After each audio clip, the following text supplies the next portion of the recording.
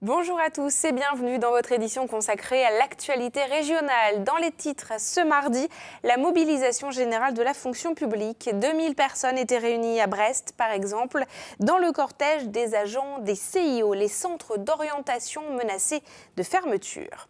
La base de sous-marins à Lorient est en pleine restructuration. Un toit en panneaux photovoltaïques a été installé et une salle de musique actuelle va bientôt voir le jour. Visite de chantier. Et si vous alliez au boulot à vélo, c'est le challenge lancé dans 3 villes de la région à partir du 26 mai. Alors quels sont les avantages? Reportage auprès d'adeptes à Quimper. Ifik Guillaumard va partir et sans laisser d'ardoise. Cet ardoisier est le dernier à exercer en Bretagne. Il prend sa retraite, nous l'avons rencontré. Voilà pour les principaux titres de cette édition. Tout de suite, votre JT breton du mardi 22 mai 2018. L'appel à la mobilisation était général dans la fonction publique ce mardi. 9 organisations syndicales avaient appelé à battre le pavé contre la mise à mal des missions publiques et la dégradation des conditions de travail. Transport, hôpitaux, éducation, de nombreux secteurs étaient mobilisés. Le gouvernement a essayé de rassurer par l'intermédiaire du secrétaire d'État la fonction publique en assurant qu'il n'y aurait pas de remise en cause du statut des fonctionnaires. Malgré tout, plusieurs cortèges ont défilé en Bretagne, comme vous le voyez sur ces images tournées à Brest, Quimperlé ou encore à Lannion. Et dans les cortèges bretons, il y avait également les agents des CIO, les centres d'information et d'orientation. L'État souhaite transférer aux régions la question de l'orientation des élèves et pourrait donc fermer d'ici 2019 les 450 centres français et donc les 18 présents dans l'Académie de Rennes. Un changement qui inquiète les professionnels de l'orientation, une question d'autant plus cruciale que c'est ce mardi que les futurs étudiants ont pu prendre connaissance des résultats des vœux émis sur Parcoursup. À Brest, les agents ont fermé le CIO ce mardi pour protester. On n'a pas d'informations sur où pourrait être reçu tout le public que l'on reçoit actuellement gratuitement au CIO. C'est vrai que ce public est large en fait. C'est un public qui va du collège jusqu'aux adultes. Donc les étudiants, les lycéens, tous les jeunes non francophones, les décrocheurs. J'ai peur que le droit à l'information, à l'accompagnement personnalisé, individualisé, se délite et soit peut-être réservé aux personnes qui peuvent en avoir le plus besoin, les décrocheurs par exemple, mais on ne les oublie pas là déjà maintenant. Et il est possible qu'on se spécialise sur les populations qui en auraient peut-être le plus besoin et que là on laisse tomber tout ce qui est du domaine de l'accompagnement à l'orientation tout au long de la vie. Une interview réalisée par Sophie Lecroisier. La maternité du centre hospitalier de Guingamp va fermer. L'agence régionale de santé l'a annoncé ce mardi. Une actualité que vous retrouvez dans votre chronique La Bretagne en 5 infos par Benjamin Bréant. Le couperet est tombé ce mardi. L'autorité régionale de santé a annoncé sa décision de fermer la maternité de Guingamp. La fermeture sera effective le 31 janvier 2019. Plusieurs appels à une nouvelle mobilisation de protestation samedi prochain ont été lancés. Polémique à Saint-Brieuc dans la foulée du festival Art Rock qui s'est tenu ce week-end. Thibaut Guignard, vice-président du conseil départemental, a regretté dans un post Facebook le choix d'Orelsan venu ternir la programmation du dimanche soir. Et j'ai été particulièrement choqué par la vulgarité des paroles. Il a proposé l'instauration d'une charte des valeurs visant à encadrer le choix des artistes pouvant être invités dans des manifestations subventionnées. Fin de non-recevoir des organisateurs du festival qui rappellent que d'une part, les hommes politiques n'ont pas à se mêler de la liberté d'expression et de création des artistes et que d'autre part, Orelsan est un artiste reconnu détenteur quand même de 3 victoires de la musique. Le conseil départemental s'est pour sa part désolidarisé de l'élu. Un homme d'une trentaine d'années a été grièvement blessé ce mardi matin sur la ZAD de Notre-Dame-des-Landes. Il a eu la main arrachée en ramassant une grenade offensive envoyée par les gendarmes au cours d'échauffourées. Plusieurs gendarmes et opposants ont été blessés plus légèrement lors des affrontements qui se sont succédés depuis le début des opérations d'évacuation début avril. De grandes quantités de lançons morts ont été découverts ces derniers jours sur les plages de Penvenant. Signe qui ne trompe pas, les oiseaux ne les mangent pas. Les coquillages semblent aussi avoir été touchés. Enfin, à qui sont ces statuettes asiatiques de grande valeur ? C'est la question à laquelle tente de répondre depuis 2 mois la police de Quimper. Les 109 pièces avaient été découvertes au cours d'une perquisition. Leur valeur totale est estimée à entre 20 000 et 60 000 euros.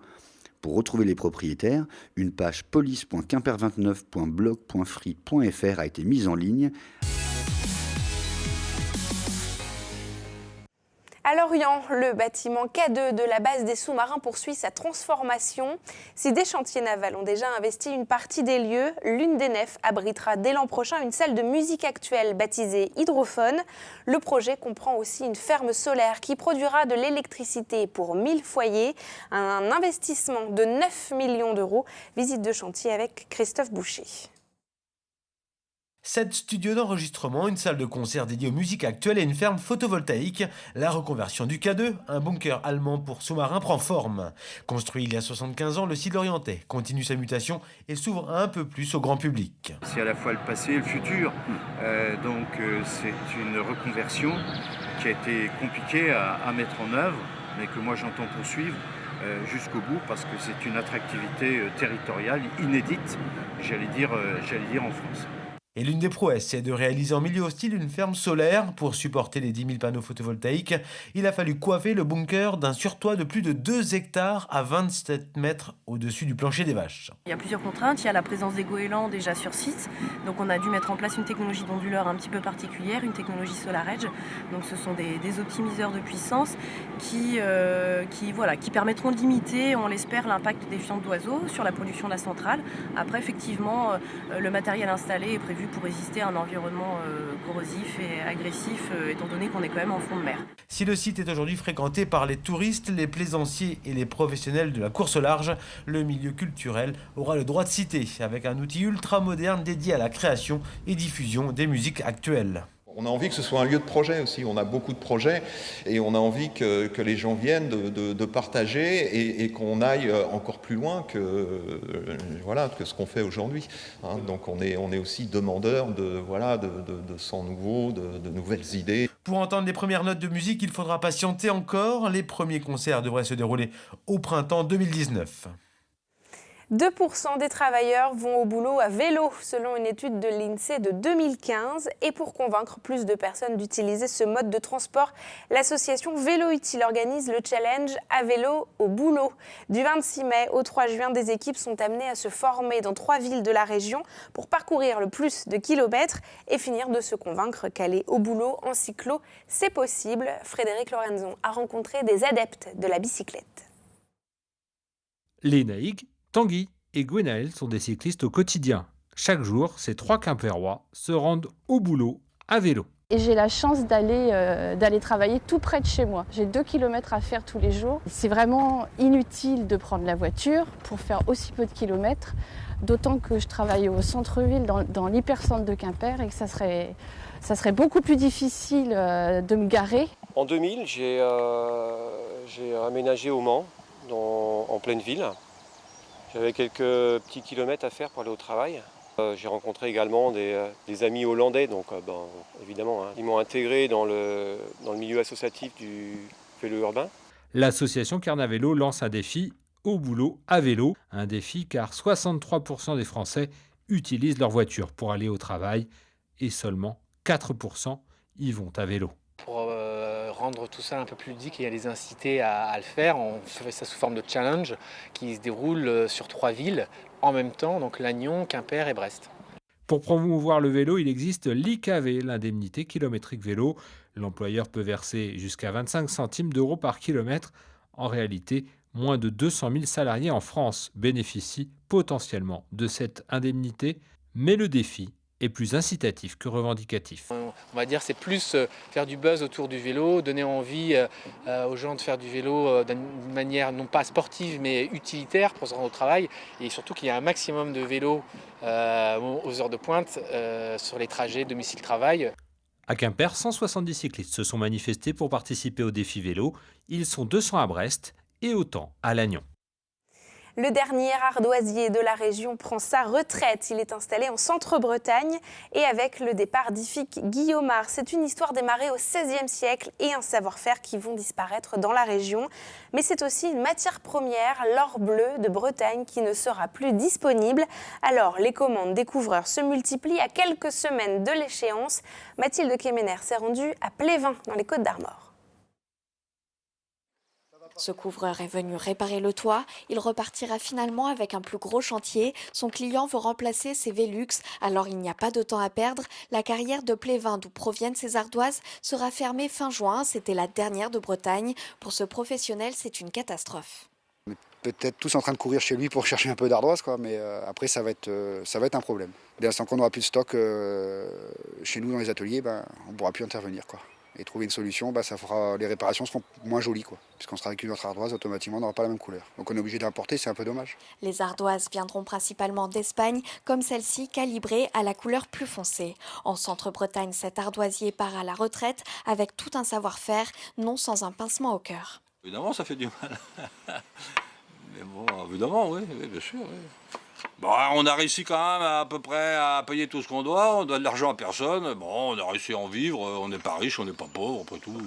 Évidemment, l'importation massive d'ardoise d'Espagne a fait beaucoup de mal. Ça a achevé les dernières mines qui restaient. Pour assurer les nombreuses commandes, sa femme et sa fille l'aident. Cet ardoisier n'a jamais cherché de repreneur. L'aventure serait trop compliquée selon lui pour celui qui souhaiterait se lancer. Tout le monde ne tient pas à ces métiers-là. Il y a déjà 40 ans, les gens ne restaient pas à ces métiers-là. S'il fallait réinvestir dans des trucs à peu près en état, aux normes et tout, c'est cuit. Après, au point de vue réglementation, ça serait un casse-tête encore.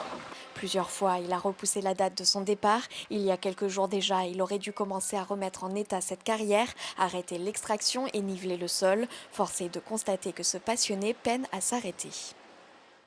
Et c'est la fin de cette édition. Nous vous parlions tout à l'heure de la mobilisation générale dans la fonction publique. Et bien, Pauline, dans son magazine régional L'Instant T, revient sur une autre manifestation qui s'est passée à la même époque, il y a 50 ans. C'est mai 68, bien sûr.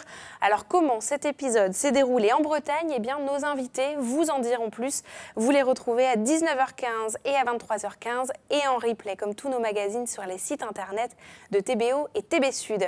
Merci à vous de nous avoir suivis. Je vous retrouve demain à 19h avec un nouveau journal préparé par les rédactions de TBO, TB Sud et du Télégramme. Je vous souhaite une très belle soirée sur nos antennes. À demain.